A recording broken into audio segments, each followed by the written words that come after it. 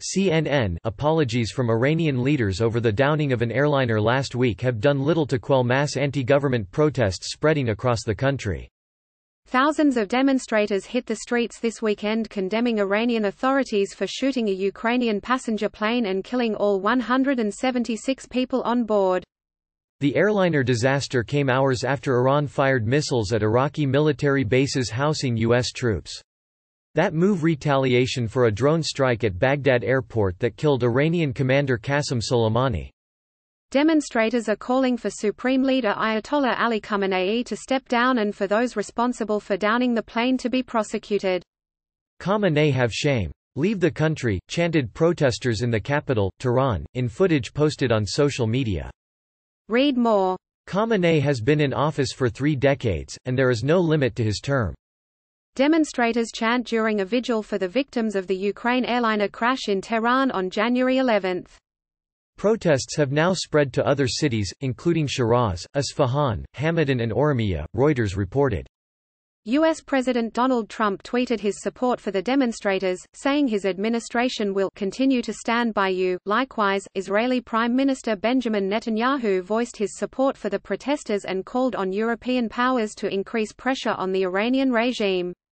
Iran previously denied U.S. claims that the country had struck down the plane before admitting the mistake Saturday.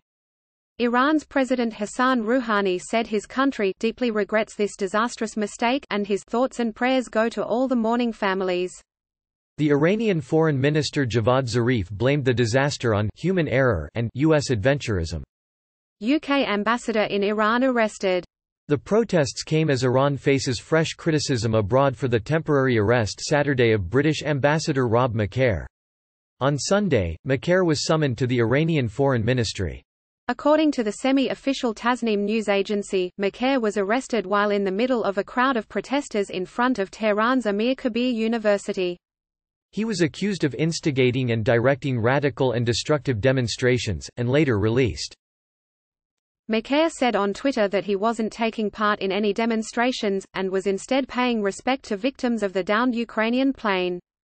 The ambassador added that he left the area after 5 minutes when some started chanting.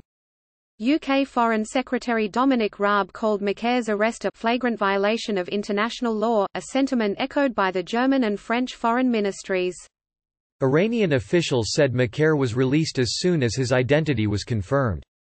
When police informed me a man's arrested who claims to be UK amb, I said impossible, only after my phone conversation with him I identified, out a big surprise, that it's him. 15 minutes later he was free, tweeted Deputy Foreign Minister Abbas Arachi. International leaders seek answers. The downed plane's victims included 57 Canadians, and the country's Prime Minister Justin Trudeau told a press conference Saturday that, what Iran has admitted to is very serious. Canada will not rest until we get the accountability, justice, and closure that the families deserve. Rouhani told Trudeau he was committed to collaborate, to give closure to the victims, de-escalate tensions in the region and continue this dialogue, the Canadian PM said. Meanwhile, the Ukrainian General Prosecutor's Office said in a statement it was now investigating the incident as a possible case of willful killing and aircraft destruction. The crisis between the US and Iran is far from over.